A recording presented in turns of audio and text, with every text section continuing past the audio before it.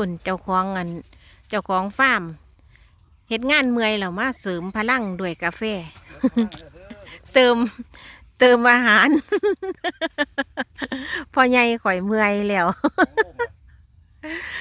พอใหญ่หัวหน้าฟาร์มเด้อนี่หัวหน้าฟาร์ม